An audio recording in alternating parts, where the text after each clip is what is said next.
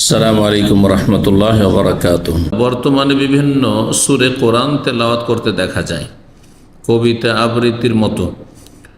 কারো কারো তেলাওয়াতের সুর তো হিন্দি গানের সুরের মতো। আল্লাহ হেদায়েত করুক এসব পাপীদেরকে। আর একটা সুর দিয়ে পুরো কোরআন তেলাওয়াত করে। একজন বলছে ওনার এক কারির সূরা মুলকের তেলাওয়াত খুব ভালো লাগে।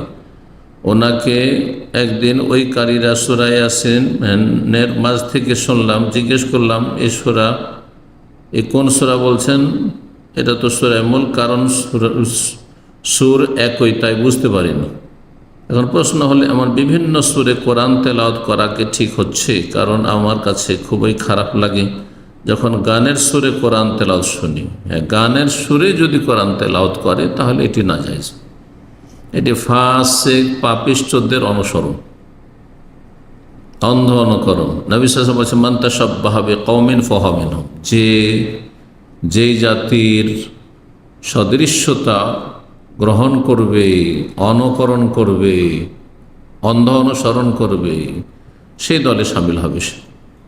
সুতরাং কোরআনে কারীমকে গানের সুরে যারা তেলাওয়াত করবে, ওই গায়ক গায়িকা ফাসিক ফাজের পাপিষ্ঠদের দলে শামিল হবে, এক বিষয়। দ্বিতীয় বিষয় হচ্ছে যে কোরআনে কারীমের অবমাননা করল, বেয়াদবি করলো আল্লাহর কালামের সাথে। কারণ গানে অধিকাংশ ক্ষেত্রে অশ্লীলতা রয়েছে, নোংরামি রয়েছে, না ইসলাম বিরোধী কথা রয়েছে, শিরকি কুফরি কথা রয়েছে। গঠনমূলক সঙ্গীত খুব কমই রয়েছে।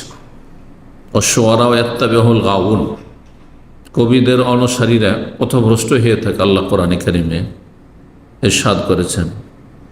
কোরআনে কারীমটি সূরার নামই রয়েছে শুআরা, কবিদের সূরা, আর তাতে নিন্দা করা হয়েছে কবিদের মূলত।